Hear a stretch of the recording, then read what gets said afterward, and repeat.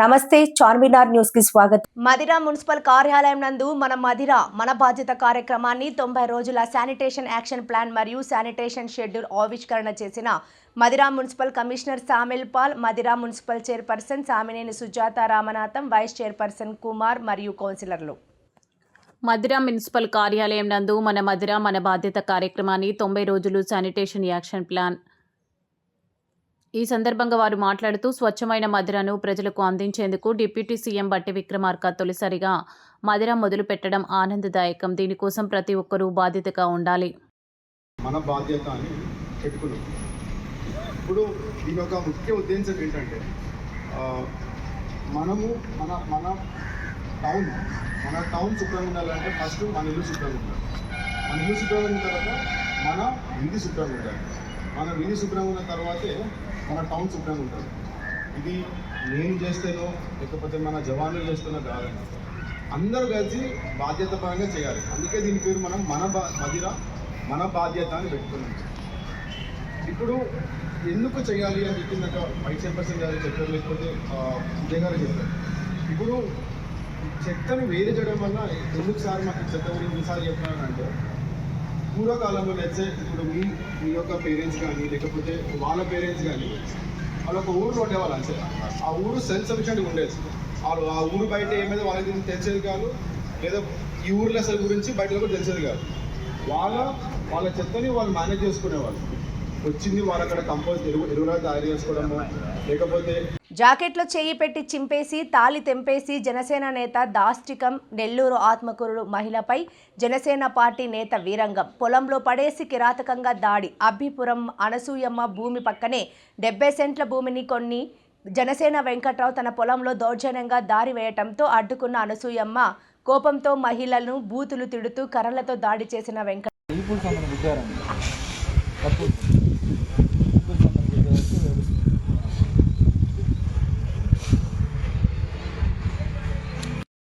8 మంది వచ్చి నన్ను నా కొడుకును కొట్టి కత్తులతోనూ వెంకట్రావు అనే వ్యక్తి నా జాకెట్లో చేసి జాకెట్ అంతా చీరంతా చింపేసి వెళ్ళ దారంతో కూడా లాక్కొని పోయేసి కొట్టి ఆడ పడేసిపోయారు. కాళ్ళ చేత కత్తులతో కొట్టారు మమ్మల్ని.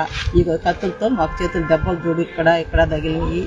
జాకెట్ అంతా చింపేసిండు. మంగళసూత్రం వెళ్ళ కూడా లేకుండా పెరుక్కొని వెళ్ళిపోయిండు. వెంకట్రావు వాళ్ళ నాన్న బోసా వెంకటేశ్వర్లు వాళ్ళు మొత్తం 8 మంది వచ్చిండ్రు. మమ్మల్ని ఈ పని చేసిండ్రు. అదేమనంటే మేము నాయకులము అని అంటున్నాడు.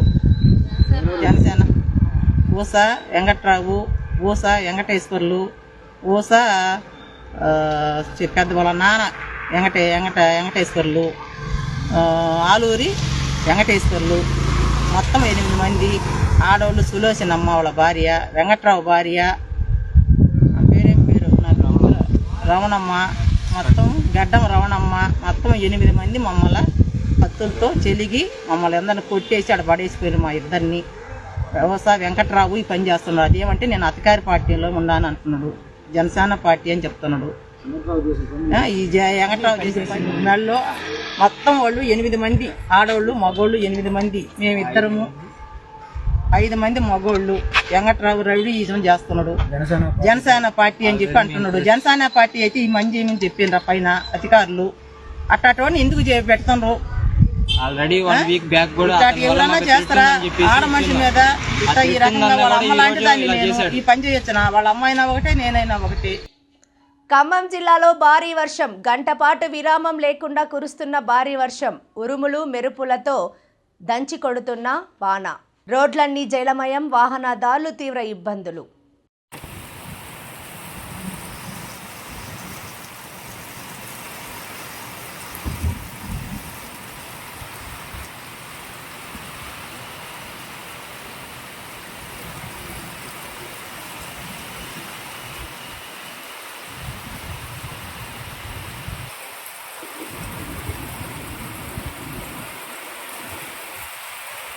ఖమ్మం జిల్లా చింతకాని మండలం రామకృష్ణాపురం రైల్వే గేటుకు సంబంధించి ప్రజలు పడుతున్న ఇబ్బందులు దృష్టిలో పెట్టుకుని ఉప ముఖ్యమంత్రి బట్టి విక్రమార్క స్పందించి నిధులు శాంక్షన్ చేస్తానని ప్రజలకు తెలిపారు. అందువల్ల ఏమవుతుందంటే మీకు వర్క్ ఎక్కడ ఆగకుండా తొందరగా మేము కంప్లీట్ చేస్తాం. సో ఇప్పుడు ఆ గేట్ ఎప్పుడు క్లోజ్ చేస్తామంటే మన ఆర్ఓబి కట్టిన తర్వాత అది ఆర్ఓబి అంటే ఇక్కడ మనకు ఆర్ఓబి శాంక్షన్ అయింది కాబట్టి ఆర్ఓబి. మిగిలిన ప్రదేశాల్లో ఎక్కడైతే ఒకవేళ ఎక్కువ ట్రాఫిక్ ఉండదు అక్కడ మన అండర్ పాస్లు కూడా చేస్తాం. ఏదో ఒక విధంగా అండర్ పాస్ వల్ల కానీ లేదంటే ఫ్లైఓవర్ వల్ల కూడా ఏదో దేనివల్ల మనకు గేట్ క్లోజ్ చేయడమే ముఖ్య ఉద్దేశం.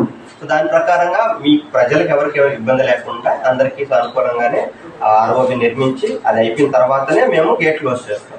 సో దాని గురించి మాకు మీ దగ్గర నుంచి నో అబ్జెక్షన్ ఇస్తే మేము ఫర్దర్గా దానికి ముందుకి టెండర్ విషయంలో కానీ ఏదైనా దానికి శాంక్షన్ విషయంలో కానీ మాకు అది యూజ్ అవుతుంది.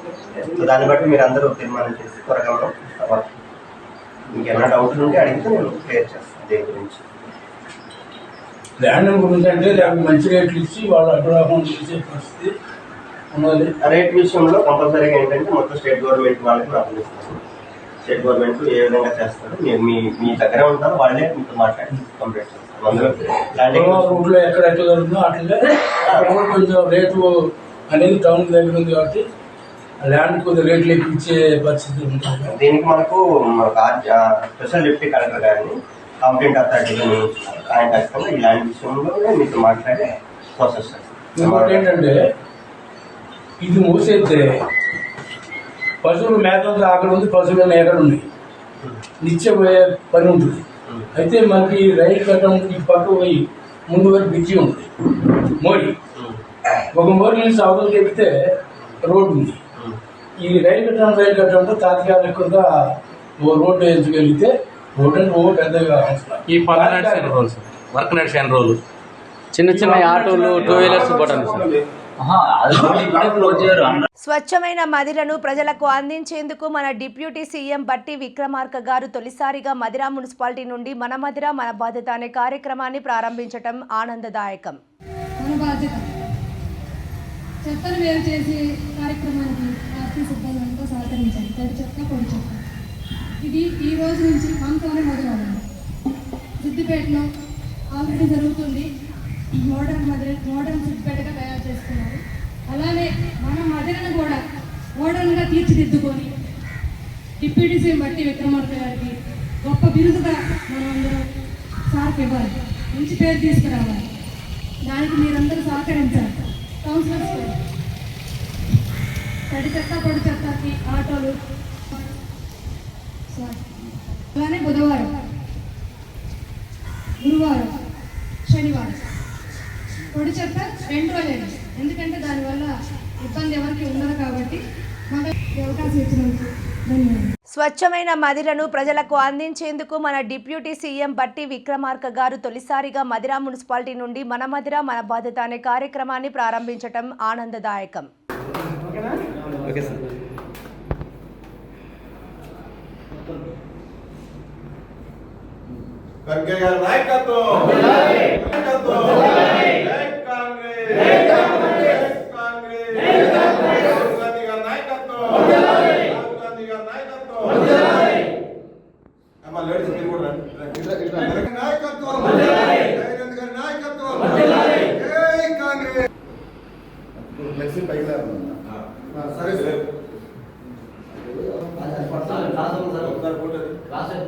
రాజమహేంద్రవరం కాపు సంఘం ఆధ్వర్యంలో కాపు నేతలు ముద్రగడ జిఎస్ రావు సంస్మరణ సభ రాజమహేంద్రవరం మంజీరా హోటల్లో ఘనంగా జరిగింది.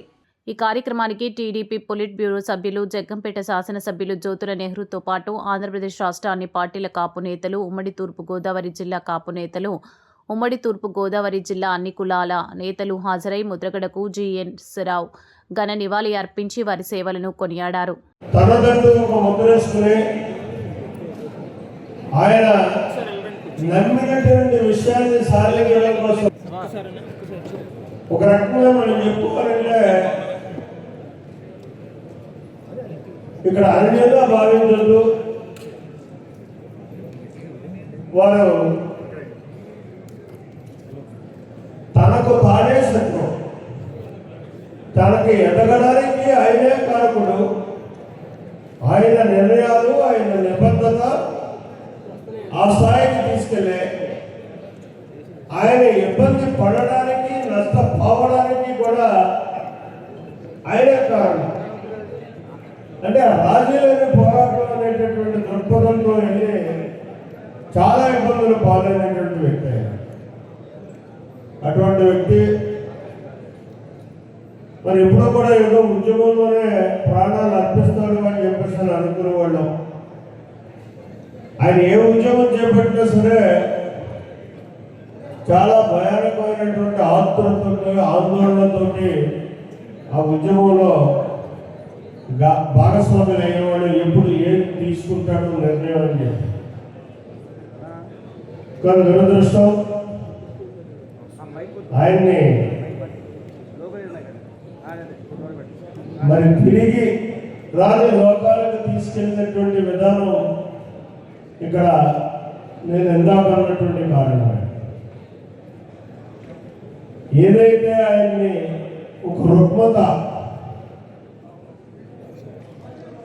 ఫస్ట్ స్టేజ్లోనే డాక్టర్లు కనిపెట్టినటువంటి పరిస్థితి. కానీ ఆ రోజు ఆయన వైద్యం చేయించుకోవడానికి నిరాకరించడం, ఆపరేషన్లో జరగకుండా వైద్యం చేసుకుంటాననేటటువంటి ఒక పట్టుదలతో వ్యవహరించిన కారణంగానే ఆయన ఈరోజు దివంగతులయ్యారు.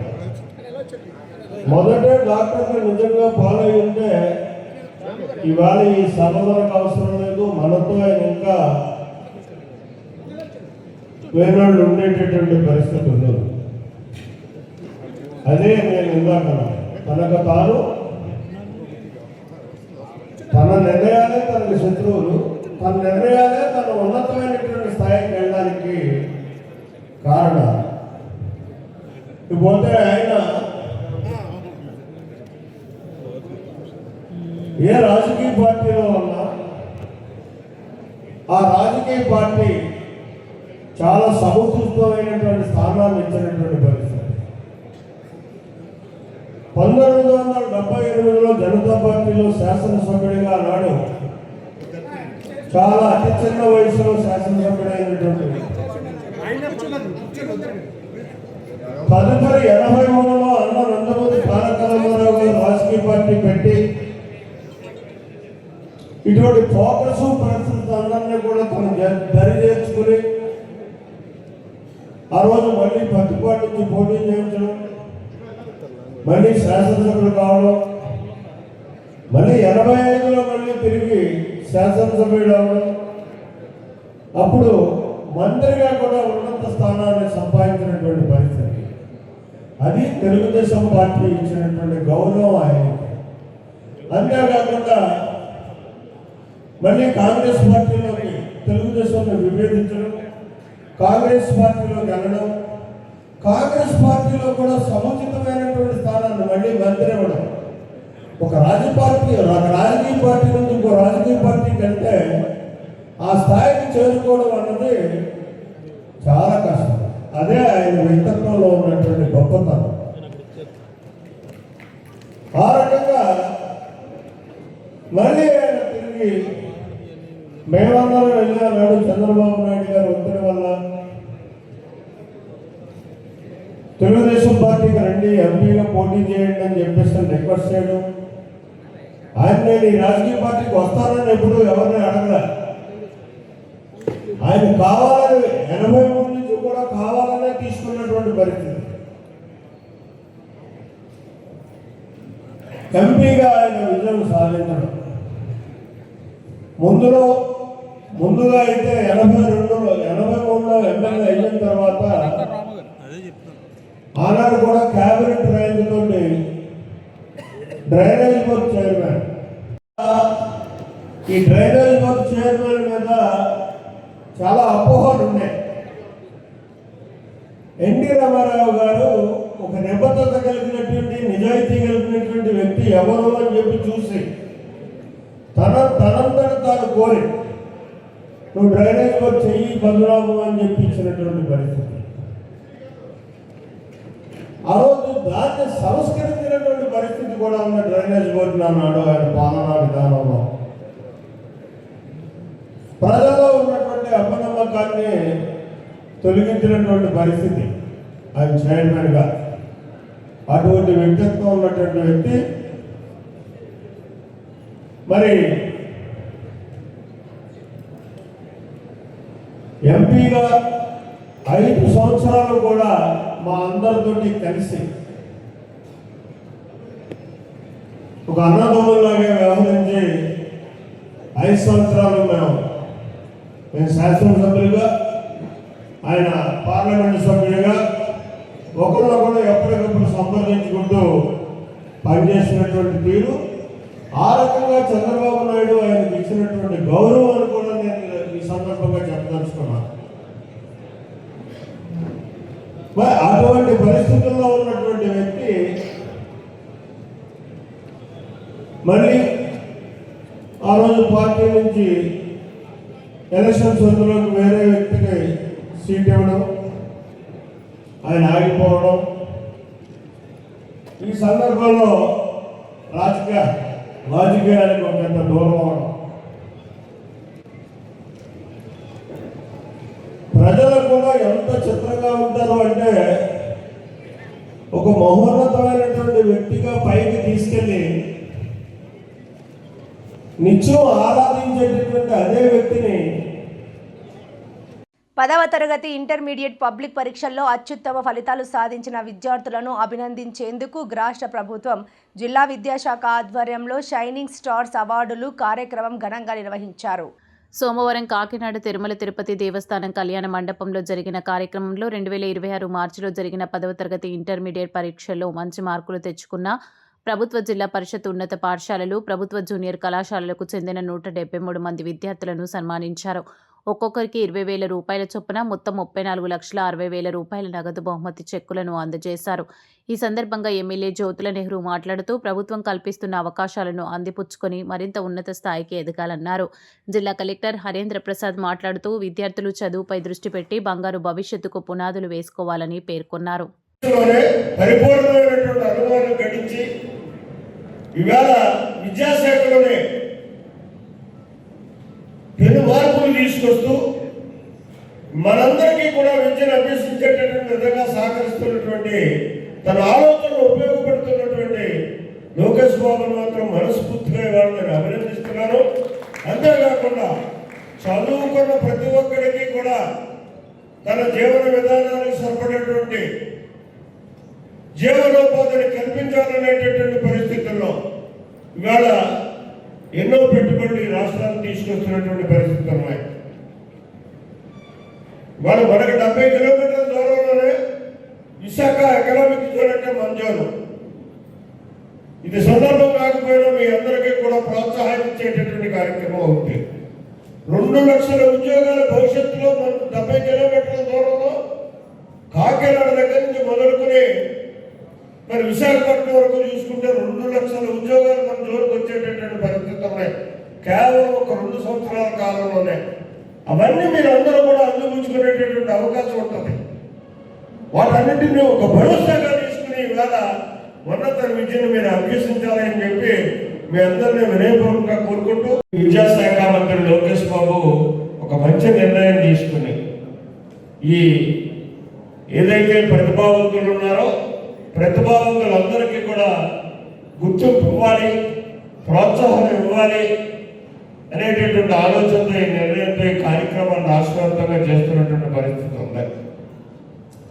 ముఖ్యంగా ఇక్కడ పేరెంట్లందరికీ కూడా నేను ఒకటే మనవి చేసుకుంటున్నాను.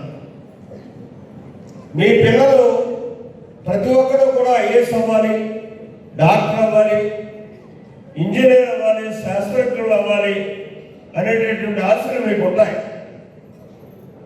కానీ మన ఆశలు మాత్రం మీ పిల్లల బలవంతంగా పిల్లల మీద కానీ మీరు ఒత్తిడి తెచ్చినట్లయితే ఇవాళ ఉన్నటువంటి వాళ్ళలో ఉన్నటువంటి ప్రతిభ అంతా కూడా నిర్వీర్యమైపోయేటటువంటి పరిస్థితి ఉంటుంది. ఒక్కంత ఆలోచన చేసి దీనికి అనుభవపూర్వకంగా నేను చెప్తున్నాను. కాకినాడ జిల్లా కేంద్రంలో వైసీపీ రాష్ట్ర అధికార ప్రతినిధి మాజీ మంత్రి అంబటి రాంబాబు దిష్టిబొమ్మ దహన కార్యక్రమాన్ని నిర్వహించిన ఎంఆర్పీఎస్ ఎంఎస్పీ ఆంధ్రప్రదేశ్ రాష్ట్ర హోంశాఖ మంత్రివర్యులు వంగలపూడి అనితపై వైఎస్ఆర్సీపీ అధికార ప్రతినిధి అంబటి రాంబాబు బేషరతుగా క్షమాపణ చెప్పాలని ఎంఆర్పీఎస్ మాజీ రాష్ట్ర కార్యదర్శి కాకినాడ జిల్లా ఇన్ఛార్జి పసుపులేటి చిన్నబాబు మాదిగ డిమాండ్ చేశారు. రాష్ట్రంలో ప్రతిపక్ష పార్టీగా ప్రజా సమస్యల మీద అధికార పార్టీని నిలదీసే హక్కు ఉంటుంది. కానీ ఒక మహిళా మంత్రిపై అహంకారపూరితంగా అవమానకర వ్యాఖ్యలు చేయడం అత్యంత బాధాకరమన్నారు. ఈ విషయంలో జగన్మోహన్ రెడ్డి స్పందించకపోతే మాదిగ ప్రజలు యావత్తు మహిళా సమాజ ఆగ్రహానికి వైసీపీ గురికాక తప్పదని కార్యక్రమంలో ఎంఆర్పీఎస్ నాయకులు తదితరులు పాల్గొన్నారు. మాదిగా కాకినాడ జిల్లా ఇన్ఛార్జిగా పనిచేస్తున్నాను. మరి మొన్నటి రోజున గుంటూరులో మరి వైసీపీ నాయకుడు రాష్ట్ర అధికార ప్రతినిధిగా ఉన్న అంబటి రాంబాబు ప్రెస్ మీట్ పెట్టి మరి రాష్ట్ర హోంమంత్రి వర్యులు వంగలపూడి అనిత గారి మీద వ్యాఖ్యలు చేయడం జరిగింది. మరి అంబటి రాంబాబు వ్యాఖ్యలు మరి వెనక్కి తీసుకోవాలి. అంబటి రాంబాబు చేసి అది కరెక్ట్ అయిన వే కాదు. ఎందుకంటే మరి రాష్ట్రంలో మరి దళిత హోంమంత్రిగా ఉన్న మరి అనిత గారి మీద వ్యాఖ్యలు చేసి మరి ప్రెస్ మీట్లు పెట్టి మరి చాలా అవమానించేసి పరిస్థితి అంబటి రాంబాబుకు ఉంది. అంబటి రాంబాబు ఎమ్మటనే ఈ విషయం మీద మరి జగన్మోహన్ రెడ్డి గారు చర్య తీసుకుని ఆయన్ని వెంటనే క్షమాపణ చెప్పాలి. ఎట్టి పరిస్థితుల్లో మరి క్షమాపణ చెప్పని ఎడల ప్రతి వీధుల్లో కూడా అంబటి రాంబాబుని మేము ఎంఆర్పీఎస్ నాయకత్వం ఎట్టి పరిస్థితి తిరగనివ్వకుండా చేస్తాం. మరి భవిష్యత్తులో కనీసం ఆయన్ని ఒక కార్పొరేటర్ అవ్వచ్చు దేని కూడా మరి నగ్గకుండా చేస్తామని మా ఎంఆర్పీఎస్ ఆధ్వర్యంలో మీ అందరూ కూడా తెలియజేస్తున్నా. మరి అంబటి రాంబాబు మరి వ్యాఖ్యలు మరి ఎట్టి పరిస్థితులు వెనక్కి తీసుకోవాలి. ఈ రోజున రాష్ట్ర వ్యాప్తంలో మరి ప్రతి జిల్లా హెడ్ క్వార్టర్లో మరి మరి మరి ఈ రోజున మరి కార్యక్రమాలు మేము చేయడం జరుగుతుంది. అలాగే ఆయన దిష్టిబొమ్మ కూడా మేము తగలపెట్టి ప్రయత్నం కూడా మేము చేస్తున్నాం. ఎట్టి పరిస్థితి చేస్తాం. గమనించండి. మరి ఎట్టి పరిస్థితుల్లో కూడా అంబటి రాంబాబు మరి క్షమాపణ చెప్పాలి. నా పేరు వల్లూరు సత్యబాబు మాదిగా కాకినాడ జిల్లా ఎంఎస్పీ జిల్లా అధ్యక్షుడిగా పనిచేస్తూ ఉన్నాను. కృష్ణమాది గారి ఆధ్వర్యంలో ఏదైతే వైసీపీ ప్రభుత్వంలో అంబటి రాంబాబు అనే ఆంబోతి రాంబాబు ఉన్నాడు, దళితుల మీద అవాకులు చవాకులు పేలుతున్న రాంబాబు, ఖబర్దార్ రాంబాబు. దళితులంటే ఏమనుకుంటున్నావో ఒళ్ళు దగ్గర పెట్టుకుని మాట్లాడు.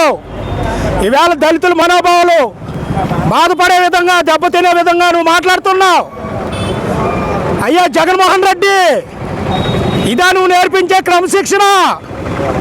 ఇదే ఆంధ్రప్రదేశ్లో మీ ప్రభుత్వం చేసే క్రమశిక్షణ? ఒక దళిత మహిళ హోమ్ మినిస్టర్గా ఉండడం తప్ప, అందువల్ల మీ ఆంబోత్ రాంబాబుతో మాట్లాడిస్తావా? ఖబర్దార్ రాంబాబు. మేము దళితులు అందరూ నీ వ్యవహారాలు చూస్తున్నాం, నీ మాటలు ఆలకిస్తున్నాం. కనుక నువ్వు ఏదైతే అవాకులు చవాకులు పేలావో ఇమీడియట్గా క్షమాపణ చెప్పాలి. లేదంటే నువ్వు ఏ ప్రభుత్వంలో ఉన్నా, ఏ వైసీపీ ప్రభుత్వానికే నష్టం జరుగుతుంది. ఎంఆర్పీఎస్ విధానం ఏంటో, దళితుల విధానం ఏంటో జగన్మోహన్ రెడ్డి గారికి తెలుసు, నీకు తెలుసు. అయినా దళితుల్ని అంత చిన్నగా చూస్తున్నావు. మీకు బాగా అలవాటేమో వైసీపీ ప్రభుత్వంలో దళితుల్ని చిన్న చూపు చూడడం. ఎప్పటికైనా సరే అంబటి రాంబాబు, నువ్వు మాట్లాడిన మాటలు వెనక్కి తీసుకో. లేని ఎడల కృష్ణమాది గారు ఇచ్చే ప్రతి కార్యాచరణకి ప్రతి అడుగడుగునా నిన్ను అడ్డుకుంటావు. నువ్వు పనిచేసే ప్రభుత్వాన్ని కూల్చివేయడానికి కూడా ఎంఆర్పీఎస్ సిద్ధంగా ఉందని ఈ సందర్భంగా తెలియజేసుకుంటూ, ఖబర్దార్ రాంబాబు, ఖబర్దార్. మందుకట్ట రైతు తెచ్చుకోవాలన్నా మాకు బయటకి రవాణా మార్గం లేదు. ఏదైనా రోగం వస్తే ఆ దేవుడి మీద భారం వేసి బతకటం తప్ప మాకు ఎటువంటి సౌకర్యాలు దోచుకోలేని గ్రామం మాది. అలాంటి పరిస్థితుల్లో తుమ్మల నాగేశ్వరరావు గారు తెలుగుదేశం గవర్నమెంట్లో మాకు రోడ్లు భవనాల శాఖ మంత్రిగా ఉన్నప్పుడు మా ప్రాంతం నుంచి వస్తామంటే నేను అడిగా సార్ని, సార్ మాకు రోడ్డు లేదు, మా వాగులకి బ్రిడ్జి లేదు, రవాణా సౌకర్యం లేదు, మంచినీళ్ళ ట్యాంకులు లేవు సార్, మా ఈ ప్రాంతం ఇట్టుంది అంటే సార్ ఒకటే చెప్పారు, నేను చూస్తా. అప్పుడే తాటిగారు ఎమ్మెల్యే ఉన్నప్పుడు కూడా చెప్పారు, ఈ ప్రాంతం అంతా కొద్దిగా విజిట్ చేసి నాకు చెప్పాలని చెప్తే ఆనాడు నేను తుమ్మల నాగేశ్వరరావు గారిని వదలకుండా పట్టి కొబ్బరపాడు పాములేరువాగు బ్రిడ్జి, తిమ్మంపేట పాములేరువాగు బ్రిడ్జి సాధించుకొని ఇవాళ ఆ ప్రాంతం ప్రజానికం అందరూ కూడా ఇవాళ చక్కగా గుండె మీద చేసుకొని నిద్రపోయే పరిస్థితి వచ్చింది. ఎవరు కారణం అంటే గౌరవనీయ తుమ్మల నాగేశ్వరరావు గారని నేను ఈ సందర్భంగా తెలియజేస్తా ఉన్నా. ఇవాళ రైతులు హాయిగా మరి ఇతర ప్రాంతాలకు వెళ్ళి మందు కట్టలు తెచ్చుకుంటున్నారు, వ్యాపారాలు చేసుకుంటున్నారు. ఇవాళ చదువుకోవటానికి కానీ అనేక మౌలిక సదుపాయాలు కల్పించినటువంటి తుమ్మల నాగేశ్వరరావు గారికి నేను మా ప్రాంతం తరఫున మేము కృతజ్ఞతలు తెలియజేసుకుంటున్నాను. చెరువులకి డిస్ట్రిబ్యూటరీ కెనాల్స్ తవ్వే లోపల మీరు రైతులందరూ ఏకమై మీరు భూములు త్వరగా ఇస్తే పంట కాలువలు కూడా తవ్విచ్చేస్తా. తప్పకుండా గోదావరి నీళ్లు ఈ 10 నియోజకవర్గాలకి పారించాలనేది నా జీవిత కళ. అందుకని ఇప్పుడు 6-7 నియోజకవర్గాలకు తీసుకెళ్ళాం. ఇంకొక నియోజకవర్గం పాలేరుకి వెళ్ళాలి. అది కూడా టన్నెల్ ఉంది కాబట్టి మన ఏతాలకుంట టన్నెల్ మాదిరిగానే జూలూరుపాడికి కూడా ఒక టన్నెల్ తవ్వితేనే కానీ పాలేరుకి వెళ్ళాం. అది కూడా ప్రయత్నం చేస్తున్నాం. అట్లాగే ఏ అవసరం ఉన్నా, జాతీయ రహదారుల అవసరం ఉన్నా, రైల్వే లైన్ల అవసరం ఉన్నా, విమానాశ్రయాల అవసరం ఉన్నా, నాకు భగవంతుడు ఇచ్చిన శక్తి మేరకి ఈ ఖమ్మం జిల్లాకు తీసుకురావడానికి నా ప్రయత్నం నేను చేస్తాను. కాబట్టి మీరందరూ ఐకమత్యంగా అన్నదమ్ముల్లాగా రాజకీయాలకు అతీతంగా వ్యవసాయ అభివృద్ధి. ఈ వార్తలు ఇంతటితో సమాప్తం. నమస్కారం.